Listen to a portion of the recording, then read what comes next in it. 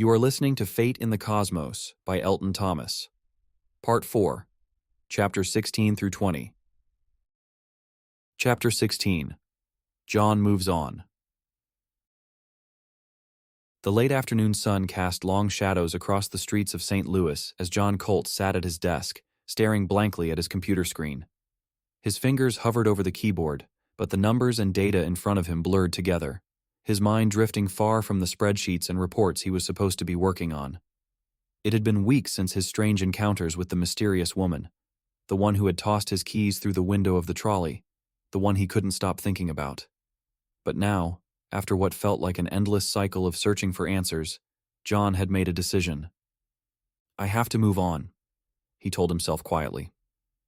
For days, John had felt as though he was chasing a ghost, his mind consumed by the fleeting moments they had shared. He had replayed the encounters over and over, trying to make sense of the impossible, but no answers had come. The woman had become a distant memory, and though the pull he felt toward her had been powerful, it was time to focus on what was real: his work, his family, his friends. John leaned back in his chair, rubbing his temples as he tried to push the thoughts from his mind. He glanced at the time on his phone. It was nearly 6 p.m. He had promised to meet Darnell and a few other friends for dinner at a local bar. With a heavy sigh, John shut down his computer and grabbed his jacket, heading out into the cool evening air. The bar was dimly lit, the sound of laughter and conversation filling the space as John walked in. Darnell was already seated at a booth near the back, a glass of beer in hand, his relaxed smile growing wider when he saw John approaching. "Hey man, you finally made it," Darnell called out, motioning for John to take a seat. "We were starting to think you'd bail on us." John smiled faintly as he slid into the booth across from his friend. "Wouldn't miss it," he replied, though the tiredness in his voice was unmistakable. As the evening wore on, the conversation flowed easily, their group of friends swapping stories and catching up on the latest news. But Darnell, ever observant, noticed that something was different about John. He could see it in the way his friend's smile didn't quite reach his eyes, in the moments of silence where John seemed lost in thought. When the others finally left, Darnell leaned forward, his expression turning serious. "All right, man, spill it. You've been off for weeks. What's going on?" John shifted uncomfortably in his seat, taking a sip of his beer before setting the glass down with a sigh. "It's nothing," he muttered, his eyes avoiding Darnell's. "It's not nothing," Darnell pressed. "You've been acting like you're carrying the weight of the world on your shoulders. Come on, talk to me. What happened?" For a moment, John considered brushing it off again, telling Darnell it was just work stress or something equally mundane. But there was something about the way his friend looked at him, steady, patient, understanding, that made John realize he couldn't keep it bottled up any longer. "All right, fine," John said, leaning back and running a hand through his hair. "It's just, I had this weird experience. I can't explain it, and it's been driving me crazy." Darnell raised an eyebrow, intrigued. "Weird how?" John hesitated for a moment before launching into the story. He told Darnell about the woman at the Metrolink, about how their eyes had met for just a second before she slipped away, and about how he had seen her again, how she had tossed his keys to him through the trolley window. As John recounted the encounters, his voice grew quieter, the weight of those moments settling over him once more. "It sounds stupid," John muttered when he finished. "But I can't stop thinking about it. It felt like it meant something, you know? But now I'm just chasing ghosts. I need to let it go." Darnell leaned back, a thoughtful expression on his face. For a few moments he said nothing, just letting John's words hang in the air. Then, with a slight smile, Darnell spoke. "You know, I had something like that happen to me once," he said. John looked up, surprised. "Really? When?" Darnell chuckled softly, his gaze distant as he thought back. "It was when I met Lisa. You remember how I told you we met on a flight?" John nodded. "Yeah, I remember. What about it?" Darnell's smile widened as he continued. "Well, here's what I didn't tell you. I was on a flight from New York to St. Louis, and Lisa was on a flight from Baltimore to St. Louis. Two completely different cities. Two different planes. But get this. Both of our flights had mechanical problems. We were both rerouted to Chicago. Different planes, different airlines. But we ended up getting put on the same flight out of Chicago.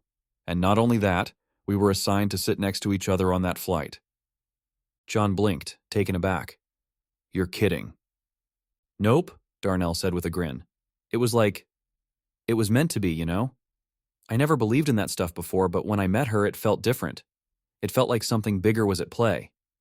John let out a low chuckle, though there was a skeptical edge to his voice. So, you're saying it was fate? Darnell shrugged, still smiling. Call it whatever you want. All I know is that I've never felt anything like it. And look at us now, married, happy. Sometimes things happen that you can't explain. John sat quietly, absorbing Darnell's story. As much as he appreciated the sentiment, he couldn't shake the part of him that resisted the idea of fate, of meant to be. It didn't fit with the way he saw the world, the logical, orderly way in which things happened because of cause and effect, not because of some unseen force guiding them. I don't know, man, John said finally, shaking his head. I just don't have time for fate. I've got work, deadlines, a life to live. I can't get caught up in something that might not even be real. Darnell nodded, though there was a hint of amusement in his eyes. Fair enough. But hey, sometimes it's worth keeping your eyes open, just in case. Far above, in the quiet of the Watcher, Lonni had been monitoring the conversation, her telepathic mind capturing every word. Darnell's story had caught her attention, his description of meeting Lisa aligning closely with the very anomaly she had been studying with John and Stacy. Fate again, Lonni mused to herself, her thoughts filled with curiosity. Even the humans who try to ignore it can't escape it entirely. She logged Darnell's story into her data, making a note of the striking similarities between his experience and what had been happening with John. Though John had dismissed the idea of fate, Lonni couldn't help but wonder if his journey was far from over. As John and Darnell left the bar that evening, walking out into the crisp night air, John felt a strange sense of relief. Maybe he wasn't ready to believe in fate, and maybe he never would. But for the first time in weeks, he felt like he could move forward, even if he didn't have all the answers. Chapter 17. Stacy moves on. The soft morning light streamed through the cafe's wide windows, casting a golden hue across the polished tables and the scattered patrons enjoying their brunch. Stacy sat at a corner booth, her hands wrapped around a warm cup of coffee. The air smelled of freshly brewed espresso and baked pastries, a comforting scent that should have brought her peace, but her mind was elsewhere. She had spent weeks wrestling with thoughts of the man from the Metrolink, her mind caught in a loop of questions she couldn't answer. Across from her, Elena Parker sat with a gentle smile, stirring cream into her tea. Elena could sense something was off. Stacy wasn't her usual self, the focused, grounded artist she knew. Instead, there was a tension in Stacy's posture, her eyes distant as if she were carrying a weight she couldn't shake. Elena took a sip of her tea before finally breaking the silence. Okay, spill. What's been going on with you? You've seemed distracted lately. Stacy blinked, snapped from her thoughts by her friend's voice. She gave a small, almost apologetic smile, but it didn't reach her eyes. It's nothing, really. Elena raised an eyebrow, unconvinced. That's not the nothing look. Come on, Stace. Talk to me. You've been off for weeks. Stacy sighed, setting her coffee cup down and running a hand through her hair. It's stupid, honestly. I've been thinking about this guy I met. But I need to let it go. It's just been messing with my head. Elena's curiosity piqued. A guy? Well, now I'm interested. Tell me what happened. Stacy hesitated for a moment, unsure if she wanted to dive into the strange events that had been occupying her thoughts. But there was something about Elena's warmth, the way she always made her feel at ease, that convinced her to open up. All right, Stacy began, leaning back in her seat. It all started a few weeks ago. I was running late to my exhibit downtown, and I got on the Metrolink just as the doors were closing. But I dropped my phone, and I thought it was gone, you know? Then, out of nowhere, this guy, a complete stranger, picks it up and tosses it to me through the closing doors. We locked eyes for a split second, and it felt strange. Like there was something there, but I didn't know what. Elena nodded, her expression thoughtful. Go on. That wasn't the end of it, Stacy continued, her fingers tracing the rim of her coffee cup. A week or so later, I'm at the Delmar Loop, and I see him again. Only this time, he drops his keys, and I toss them back to him through the window. It was almost the exact same moment we locked eyes again. I can't explain it, Elena. It felt unreal. Like something out of a movie or a dream. Elena listened carefully, her tea forgotten as she leaned in. Wow.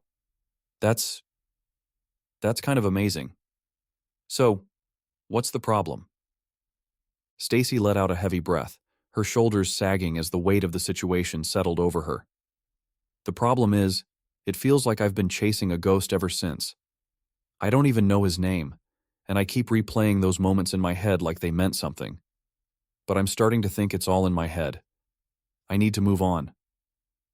Elena watched her friend carefully, the pieces of the story slowly falling into place. She knew Stacy better than anyone, knew how deeply she felt things, even if she didn't always show it. And yet, there was a certain finality in Stacy's voice, a determination to put this strange chapter behind her. After a moment of silence, Elena set her cup down and smiled softly. You know, she began, her voice gentle but sure. I felt the same way once.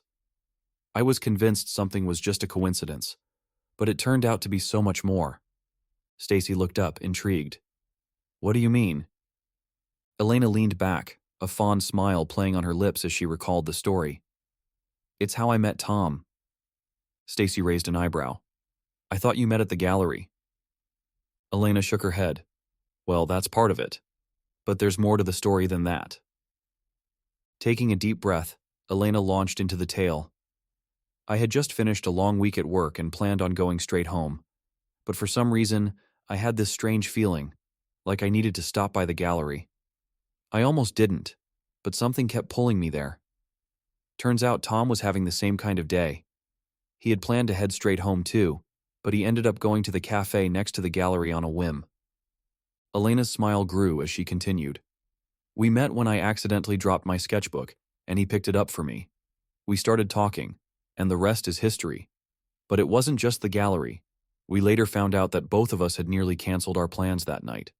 If we hadn't listened to that pull, we never would have met. Stacy listened, captivated by the story.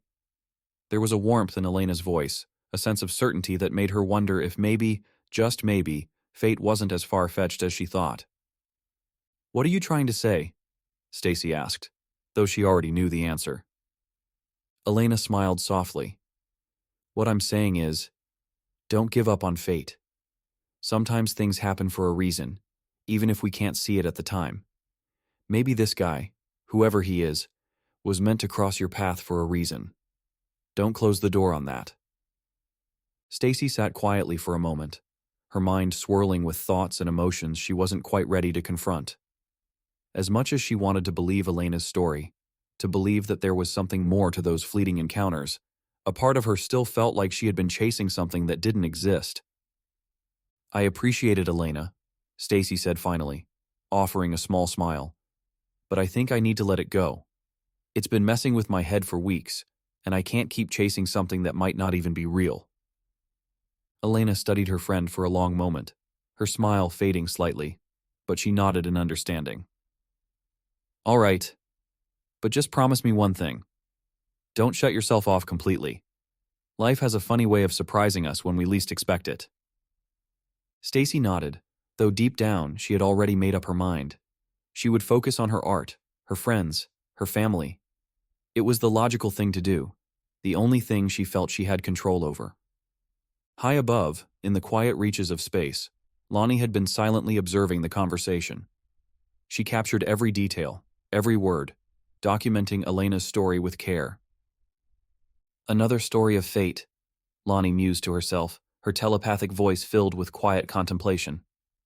Even in the face of doubt, humans cling to the idea that something larger is at work. She logged Elena's story into her data stream, noting the parallels between Elena's experience and the anomaly she had been studying with Stacy and John. Though Stacy was determined to move on, Lonni couldn't help but wonder if fate had other plans for her. As they left the cafe, the crisp autumn air brushed against Stacy's face, clearing her mind. She smiled at Elena as they walked side by side, their friendship a steady comfort in the ever-changing currents of life. And though Stacy was resolved to let go of the mystery man from the Metrolink, a small part of her couldn't shake the feeling that there was something more waiting for her, just out of reach. Chapter 18. Report to Kosma. The Watcher drifted in a steady orbit, silently observing the blue and green orb of Earth below. Inside the ship, Lonni stood in the command chamber, her telepathic senses sharp as she and the crew prepared to deliver their report to Kosma. It had been weeks since they first encountered the strange fate anomaly between John Colt and Stacy Simms, and now the time had come to present their findings to the leadership back home. "Are we ready?" Lonni projected, her telepathic voice calm yet tense. "As ready as we'll ever be," Eris responded, adjusting the telemetry feeds that relayed information back to their home planet. "The data is compelling, but I'm not sure how they'll respond to what we found. Fate. It's an elusive concept." Mira stood nearby, her arms crossed, eyes flickering between the holographic displays. "They'll be concerned. Anything that can manipulate events with such precision will make them uneasy." Voron's telepathic voice was as cold as ever. "Concerned. They'll be more than concerned. The probability we calculated is unprecedented. This phenomenon could reshape how we understand the universe." Lonni knew Voron was right. The leadership of Kosma, composed of the highest thinkers, valued precision, control, and logic above all else. The idea of an unseen force, fate, operating beyond their understanding was likely to unsettle them. But Lonni had no choice. They had to report what they had discovered. "Initiating communication with Kosma," Eris announced telepathically, his fingers gliding over the control panel. The room dimmed slightly as the connection was established, and moments later, a holographic projection of the Kosma leadership appeared before them. The figures were tall and slender like the crew, their eyes glowing faintly with the telepathic energy that connected all inhabitants of their rogue planet. Their faces, however, were devoid of emotion, calm, calculated, always seeking the truth through data. "Lonni, report your findings," one of the leaders projected, their telepathic voice cool and commanding. Lonni stepped forward, her mind brimming with the calculations, the data, and the impossible events she and her crew had been studying. She shared the full report, starting from the moment Stacy and John first crossed paths at the Metrolink, through the synchronized encounters, and ending with the shared dream, a series of events so improbable that they defied all logic. As Lonni relayed the probabilities, first one in 9.85 quintillion, and then the recalculated one in 7.88 octillion, she could sense the tension building among the leadership. "You're suggesting this phenomenon is beyond random chance," one of the leaders projected, their telepathic tone sharp. "You're suggesting that something, some force, intervened." "That's exactly what we're suggesting," Voron responded, his telepathic voice as logical as ever. "The data doesn't lie. There is no mathematical explanation for what's happening." There was a long silence, and then another leader spoke. "Fate, as you've described it, is a dangerous concept. If there is a force capable of shaping events with such precision, it could be used as a weapon." Lonnie's pulse quickened at the thought. A weapon? That wasn't how she had thought of it, but she could see why the leadership would be concerned.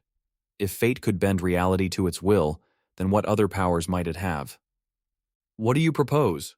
Lonni asked, her telepathic voice calm but guarded. The leader's telepathic response was swift and unyielding. "We need to understand it. You must dig deeper, analyze this force more thoroughly. If necessary, you may need to collect specimens for study." Lonnie's mind recoiled at the word specimens. She knew what the leaders meant. Humans. They were suggesting that the crew abduct humans to better understand the fate anomaly. "You want us to abduct them?" Mira projected, her telepathic voice tinged with disbelief. "That goes against everything we've done so far. We've been studying them passively, observing from a distance." If fate is as powerful as your data suggests, another leader projected, then we must understand its full capabilities. That may require more invasive methods. Lonni felt a flicker of doubt in her mind. The humans were fragile, emotionally complex creatures. The idea of forcibly taking them, disrupting their lives, wasn't something she or her crew had considered. Yet, the leadership's tone made it clear that they were serious. The survival and knowledge of Kosma were always the priority. "You're asking us to violate their world," Kala projected, her telepathic voice filled with quiet defiance. "That's not who we are. We don't interfere. We observe." There was a brief silence. Then the leader responded, their telepathic voice cold and unwavering. "This is no longer just observation. This is survival. You are dealing with a force that could change everything. If we don't understand it, it could destroy us."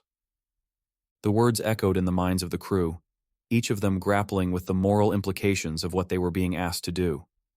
Lonni looked at her team. Eris, who had always been pragmatic. Mira, the biologist who understood human fragility. Voron, ever focused on the data. And Kala, who believed in respecting the sanctity of life. They were all weighing the same impossible choice. "We will consider your instructions," Lonni projected, her telepathic voice steady but troubled. "But we must be careful. If we disrupt their world too much, we may never understand the phenomenon." The leadership's holographic forms flickered as they prepared to end the communication. "Do what is necessary, Lonni. But remember, Kosma's survival comes first." And with that, the connection was severed, leaving the crew in silence. Lonni stood still for a long moment, her mind buzzing with the weight of what had just been asked of them. Specimens, she thought, the word bitter in her mind. Was this really the path they were about to take? Was this how far they would go for knowledge? "This feels wrong," Mira projected softly, breaking the silence. "We're not invaders. We're explorers. There has to be another way." "There is no other way," Voron cut in, his telepathic voice cold and logical. "We have to do what's necessary to understand this force. If that means taking humans, then so be it." "It's not that simple," Kala interjected, her telepathic voice filled with emotion. "These aren't just numbers in a data stream. These are lives, sentient beings with their own hopes, fears, and dreams. We can't treat them like test subjects." "And yet, if we don't act," Voron countered, "we may never know the full scope of this power. What happens if fate spirals out of control? We could be dealing with something far more dangerous than we realize." Lonni stood at the center of the storm, her mind torn between the two perspectives. On one hand, she understood the need to protect Kosma, to gather data, and understand this force. But on the other, she couldn't ignore the moral implications of what they were being asked to do. "We need time," Lonni projected finally. "We'll continue to observe for now, but we won't take any drastic action. Not yet. Let's gather more data before we make a decision." The crew nodded, though the tension in the room remained palpable. They had been given an impossible choice, and now they had to decide how far they were willing to go. As the Watcher continued its orbit, silent and watchful above the Earth, Lonni couldn't shake the feeling that their mission was about to take a dark and dangerous turn. Chapter 19. Dangerous Fate. The Watcher remained in its quiet orbit above Earth, the silence of space enveloping the crew as they gathered in the central analysis chamber. The weight of their previous communication with the leadership of Kosma still hung heavy in the air.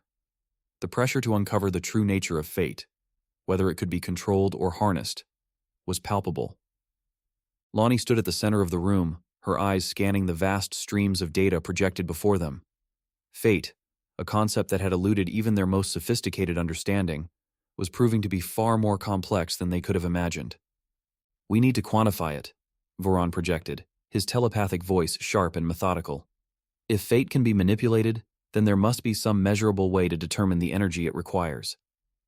"Fate isn't like energy," Kala interjected, her voice filled with a mixture of curiosity and frustration.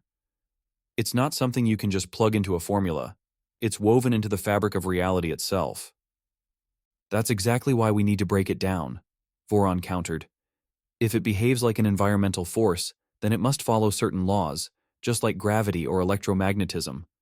We're not here to philosophize. We're here to understand. Mira moved closer to the central display, her mind processing the biological and environmental factors at play. If fate truly is a force, she projected, then it's possible it could be as dangerous as any other natural force in the universe, like a supernova or the collapse of a black hole. It might be beyond our control, but we need to know its limits. Eris, ever the pragmatist, activated a series of holographic models, displaying gravitational fields and energy outputs from celestial events. We're talking about forces that shape the universe, he telepathically voiced. Fate, if it exists on this scale, must be something that operates on a similar level. But can it really be harnessed by any intelligent species? Or is it just another law of the universe that we don't fully comprehend? Lonni watched the holograms intently, her mind racing with thoughts and calculations. The data streams flowed like rivers of light, illustrating how gravity could bend space-time, how energy could ripple through the cosmos. Could fate be something similar? An unseen force that operated on such a massive scale that no single being could hope to control it? We need to find out how fate interacts with the environment, Lonni projected, her voice calm but resolute. If we can understand how it manifests, how it influences the smallest decisions and the largest events, then we'll know whether it can be manipulated or weaponized.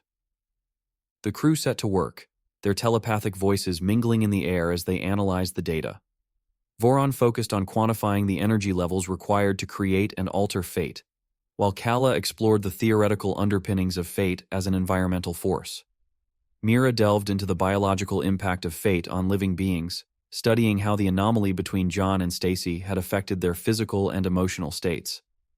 Hours passed, the ship a silent sentinel above the Earth as the crew worked tirelessly. As the data poured in, a pattern began to emerge. Fate, it seemed, was not a simple force to be controlled or directed. Instead, it behaved more like a fundamental aspect of the universe, a force that influenced probability, nudging events in certain directions, but never fully overriding the natural flow of time and space. It's like gravity, Voron concluded, projecting his findings to the rest of the crew. Fate exerts pressure on events, but it can't control them outright. It can guide, but it doesn't dictate. Mira nodded, her own analysis aligning with Voron's. And like gravity, fate operates on a massive scale. It can affect entire systems, but it can't be harnessed in any meaningful way by intelligent life. We're talking about forces far beyond our understanding, things that shape the universe on a cosmic level. So, you're saying it's impossible to control? Kala projected, her mind turning over the implications. Not impossible, Voron corrected. Just impractical. The amount of energy required to manipulate fate would be astronomical. Even the smallest shift in probability would require more energy than we could ever produce. Eris pulled up another hologram, this time displaying the energy output of a supernova. It would be like trying to harness the power of a supernova or colliding black holes. These events are destructive, yes, but they're natural. They're part of the universe's cycle. Fate is the same. It can be destructive, but it's not something that can be controlled by any form of intelligent life, not even us. Lonni processed their conclusions in silence, her mind racing through the implications of what they had discovered. Fate was not a tool to be wielded, nor a weapon to be feared. It was a natural force, uncontrollable, yet undeniably powerful. And yet, Lonni projected, her voice thoughtful, fate can still be destructive. If left unchecked, it could lead to catastrophic outcomes. We've seen what it's capable of with John and Stacy. The probability of their encounters defied all logic. It's possible that fate, when left to its own devices, could create ripples, small anomalies that grow larger over time. Like the butterfly effect, Mira projected, her eyes widening in understanding. A small event, two people meeting by chance, could lead to something much larger, much more dangerous. But that doesn't mean we can control it, Voron reminded them. Fate operates on a scale that we can't influence. It's like trying to stop a star from collapsing into a black hole. We can observe it, study it, but we can't stop it. The crew fell silent, each of them contemplating the enormity of what they had discovered. Fate was a force of the universe, as natural as gravity or the pull of time. It could shape events in ways that defied logic, but it could never be fully controlled. Lonni stood at the center of the room, her gaze fixed on the holographic display of Earth below. "So fate is dangerous," she projected finally. "But only in the way that all natural forces are dangerous. It's not something we need to fear. It's something we need to understand." "And that's where our mission lies," Eris added. "We observe. We don't interfere. We don't manipulate. We study fate, but we don't try to control it." Lonni nodded, her resolve firm. "Exactly. We'll continue our study, but we won't attempt to alter the course of events. We can't interfere with something we don't fully understand." The crew agreed, their minds united in purpose. They would continue to study fate, to observe its effects on John and Stacy, but they would never attempt to control it. Fate, like all forces of the universe, was to be respected, not wielded. As the Watcher continued its orbit, the crew resumed their analysis, their minds sharp with the knowledge that they were studying something far beyond their comprehension. Fate was dangerous, yes, but it was also beautiful, a force of nature that could never truly be controlled. And that, Lonni realized, was the greatest mystery of all. Chapter 20. Understanding Fate. The Watcher drifted silently in orbit above Earth, its sleek form gliding through the blackness of space as if it were part of the cosmos itself. Inside, Lonni stood in the dimly lit command chamber, the soft glow of the crystalline walls reflecting faintly off her reflective metallic skin. Her slender humanoid figure appeared motionless, but her mind was alive, pulsating with thoughts and questions as she prepared to dive deeper into her next line of inquiry: fate. The data streams flowed around her, pulsing with energy and light. Lonnie's telepathic senses were heightened as she connected to the streams of information, preparing for her investigation into one of humanity's most perplexing concepts. Her mind buzzed with curiosity. Fate, a force that had shaped the lives of John Colt and Stacy Simms, was proving to be far more complex than anything she had previously encountered. Now, it was time to trace the roots of fate itself. Eris, initiate full access to the human historical archives, Lonni projected, her voice calm but purposeful. She could feel the weight of the task ahead, a task that required precision and depth. Eris complied swiftly, adjusting the data channels, his telepathic response efficient and professional. "Accessing now," Eris replied, his mental signature cool and steady, though Lonni could sense the underlying tension in the crew since their last discussion with the leaders of Kosma. As the ancient histories of Earth unfolded before her, Lonnie's thoughts reached back to the earliest records of fate. She was not merely studying the numbers now. No, she needed to understand the concept in the deepest sense. It wasn't enough to calculate probabilities. Fate seemed to carry a weight that transcended raw data, and that was what intrigued her most. The images of ancient texts, philosophies, and myths danced across the streams like flickering stars. Lonni examined each carefully, absorbing the words and ideas that had shaped human thinking for millennia. "Fascinating," Lonni murmured telepathically to herself as she gazed upon the writings of ancient Greece, the origin of the Moirai, the Fates. These three figures, Clotho, Lachesis, and Atropos, were believed to spin, measure, and cut the thread of each human life. They held the power of destiny, their actions inescapable, even for the gods themselves. "Imagine the implications," Lonni mused. Humans believed that even their deities could not escape the grasp of fate, and yet, they also believed that some mortals could change their destiny. The tension between those ideas intrigued her, the powerlessness and the potential for agency existing in the same framework. Voron's presence stirred behind her, his mind sharp and calculating. "They created beings to personify fate," he observed. "But why would they believe in something so abstract? Something beyond their control?" "Perhaps it wasn't about control at all," Kala interjected softly, her mind flowing with philosophical wonder. "Perhaps it was about understanding. Fate became a way to make sense of the chaos around them. When they couldn't explain their lives' outcomes, they turned to something greater, something inevitable." Lonni nodded, though her thoughts were already moving forward in time. She turned her attention to the medieval period, scanning through religious doctrines and philosophical treatises that sought to reconcile fate with free will. Here, fate was often intertwined with divine will, a cosmic plan crafted by gods who watched from afar.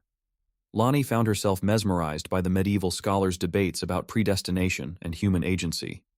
"Look at this," Lonni projected to her crew, sending them streams of the writings of St. Augustine and Thomas Aquinas.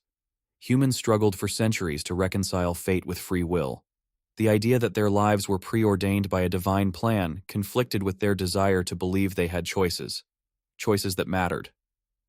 Mira's telepathic voice rippled through the link, filled with a calm insight. "It's fascinating how they oscillated between submission to fate and resistance to it. Some accepted fate as part of God's plan, while others believed they could defy it through sheer will." Lonni absorbed the thought. In these philosophical texts, she sensed the heart of humanity's struggle with fate. It wasn't that they invented fate to control it. It was that they had become aware of it. They saw patterns in their lives and in the world around them, and began to question their place within those patterns. "They didn't invent fate," Lonni said slowly, her mind connecting the ancient and medieval threads together. "They became self-aware of it." The realization hit Lonni with a quiet, profound clarity. For centuries, humans had tried to understand fate because they had sensed its presence, not because they wished to wield it. Fate wasn't a power to be commanded. It was something that existed as naturally as the air they breathed, the stars in their sky, or the cycles of life and death. Eris, listening intently, projected his thoughts into the conversation. "So, what you're suggesting is that fate, as humans perceive it, isn't something that was ever meant to be controlled. It was simply a force they recognized, a force they became aware of." "Exactly," Lonni replied, her mental voice steady. "Fate existed long before they gave it a name. They didn't create it, and they couldn't master it. They merely observed its effects, just like we are doing now." She delved further into the archives, shifting toward modern theories of fate, noting how these ideas evolved over time. During the Renaissance, the human spirit of self-determination flourished.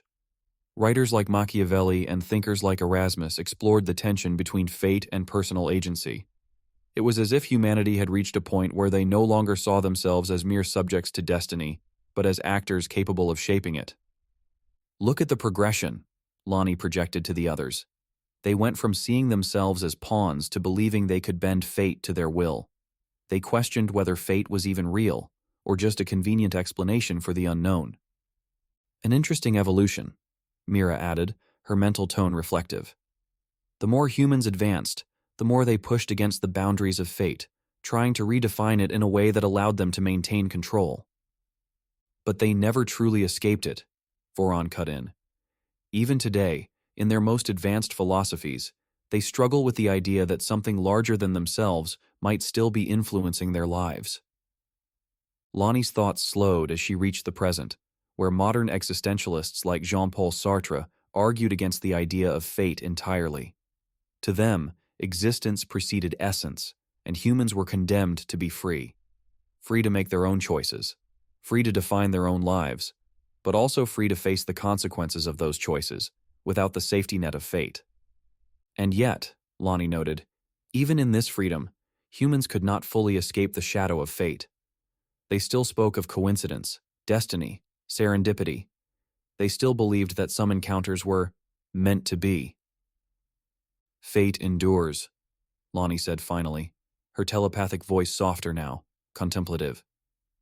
"No matter how much they push against it, humans remain aware of it. Not because they want to control it, but because they sense it at work, just beneath the surface of their reality." Lonni felt a strange sensation ripple through her mind as she spoke those words, something she had never felt before. A quiet awareness, something beyond her calculations and observations. It was as if she, too, was becoming aware of fate, in the same way the humans had. She paused, her mind deep in thought. What if I am becoming aware of it too? Lonni projected, her voice tinged with an unfamiliar uncertainty. What if this fate we've been studying isn't just a phenomenon to observe from the outside? What if it's something we are now part of, something we're connected to? The crew's telepathic voices fell silent. Eris and Mira exchanged glances, their thoughts heavy with the implications of what Lonni was saying. Even Voron, ever the rational one, seemed momentarily at a loss for words. Self-awareness of fate, Calla mused quietly, her thoughts laced with wonder. That's the step, isn't it? Once you become aware of fate, you begin to question your own role within it. Lonni stood still, absorbing the profound realization that washed over her. Perhaps, just as the humans had become self-aware of fate, she and her crew were beginning to do the same. Fate wasn't an external force they could merely observe. It was something they were a part of, something that now flowed through their lives as it did through the lives of those they studied. As the Watcher continued its silent orbit above the Earth, Lonni gazed at the world below, her mind brimming with questions that no calculation could answer. The investigation had only just begun, but one thing was certain. Fate was no longer something distant, something abstract. It was here, with them, woven into the very fabric of their existence. And perhaps, Lonni thought, in the end, they would never truly understand it. But maybe, just maybe, that was the point.